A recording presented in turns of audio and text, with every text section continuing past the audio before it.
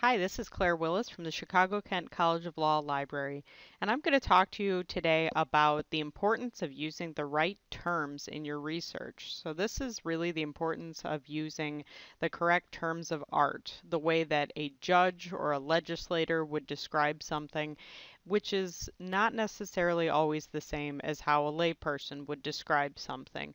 We think with all of these sophisticated search systems and all the algorithms that they use that synonyms shouldn't matter, that the search system should look into what you're saying and kind of match it up with how judges or legislators would describe it.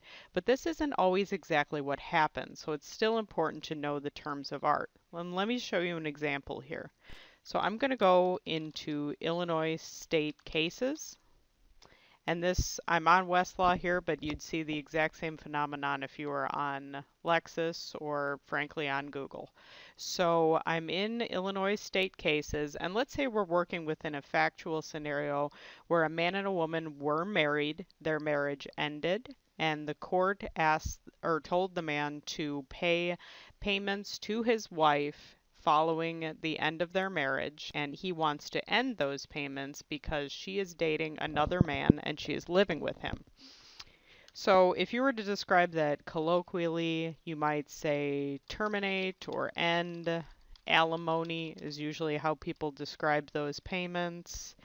Um, Divorce is usually how people describe the end of a marriage. And then you might say living with boyfriend.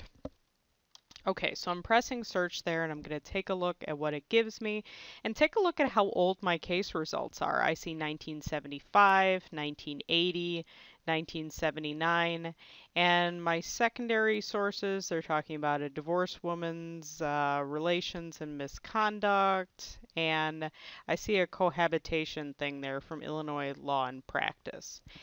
Now, let's see what happens to my search results when I describe this situation in the way that a court would more recently.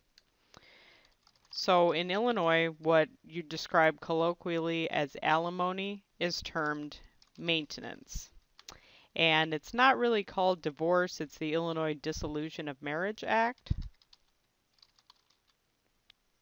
Maintenance, dissolution, and that living with a boyfriend thing, within the cases, they use the term cohabitation, which actually we see hinted at with that Illinois Law and Practice answer or search result. So once I see that, look how much more recent my cases are. 2006, 2007, 2000. That Illinois in Practice article about cohabitation moves all the way to the top. There's another one right here on termination of spousal maintenance upon death, remarriage, or resident continuous conjugal cohabitation. So I could even add in there those extra terms of art: resident, continuous, conjugal,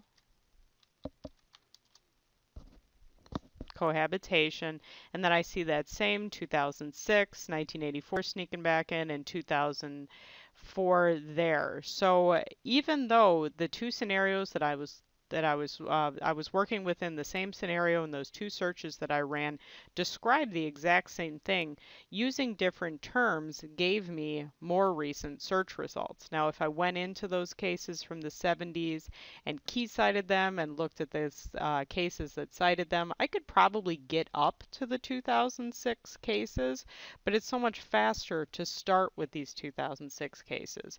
Now, how do you actually know what these terms are? That's where secondary sources come in. Secondary sources will not only explain the law, they'll introduce you to the correct terms of art. So that's another reason why it's important to start with secondary sources. This has been Claire Willis with the Chicago-Kent College of Law Library.